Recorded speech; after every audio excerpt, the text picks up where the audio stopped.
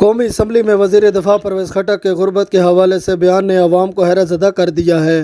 ان کا یہ دعویٰ کہ صوبہ میں کوئی کچا مکان نہیں ہے، یہاں پر مزدور نہیں ملتے، حقیقت سے منہ موڑ کے مترادف ہے۔ اگر وزیر دفاع شماریات کے محکمہ کی رپورٹ اٹھا کر دیکھ لے تو وہاں کے اعداد و شمار کچھ اور ہی کہانی بیان کر رہی ہیں۔ کوئی کچا مکان نہیں بچا ہے، ہمارے لوگوں کا سارے مکان گر گئے ہیں، ہمارا مکان نہیں ہے، کوئی ہم کو فنڈ نہیں ملا ہے، کوئی پیسے نہیں ملے ہے۔ جو 12,000 فنڈ ہے وہ سب نوکری والوں کو ملا ہے، ایک غریب کو نہیں ملا ہے۔ جس گھر کی 4 نوکریاں تھی اس کو ملا ہے، جس غریب کا کھانے کا نہیں تھا اس کو نہیں ملا ہے۔ آج بھی صوبے کے مختلف اضلاع میں دیہی علاقوں سے صبح سویرے لوگ صبح مزدوری کی تلاش میں شہروں کا رخ کرتے ہیں اور شام کو خالی ہاتھ گھروں کو لوٹتے ہیں۔ غربت اور بڑھتی ہوئی مہنگائی نے لوگوں کا جینا دوبھر کر دیا ہے۔